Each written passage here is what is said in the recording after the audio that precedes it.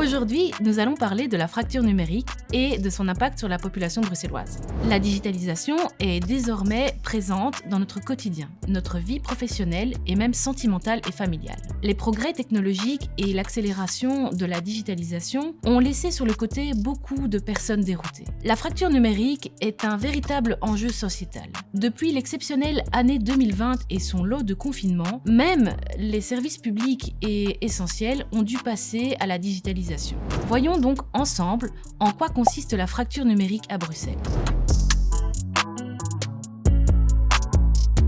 C'est une inégalité perceptible au niveau de la technologie et de la digitalisation.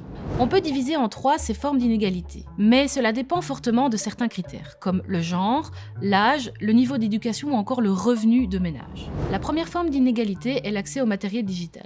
Selon le baromètre de la Société de l'information, la fracture numérique, donc via Internet, touche 6,9% des individus qui ont entre 16 et 74 ans en Belgique. Bien que l'inégalité soit inférieure selon la moyenne européenne, la Belgique reste le pays le plus touché par rapport à ses pays voisins. Cet écart de 28% est supérieur par rapport à l'Allemagne, qui est de 15%, à la France, 21%, au Luxembourg, 7%, et aux Pays-Bas, 4%. La deuxième forme d'inégalité est l'acquisition des compétences digitales. 40% des Belges sont à risque d'exclusion numérique. 32% ont de faibles compétences numériques et 8% sont carrément des non-utilisateurs d'Internet.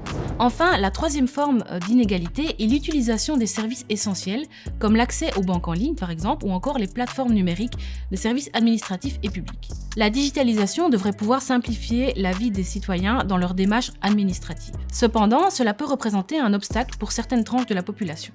Selon le baromètre, 59% des citoyens ont utilisé Internet pour la première fois pour les services publics en 2019. 12% ont déclaré ne pas avoir les compétences pour le faire. 17% ont déclaré qu'une autre personne avait encodé les informations à leur place. Mais aussi, 14% ont déclaré avoir une plus grande confiance au papier qu'au digital. Toutefois, 57% des internautes peu diplômés et 56% de ceux qui ont de faibles revenus n'ont pas pu effectuer de démarches administratives en ligne alors qu'ils étaient censés le faire. Pour plus de contenu, n'hésitez pas à vous abonner à la chaîne et à nous suivre sur nos réseaux sociaux.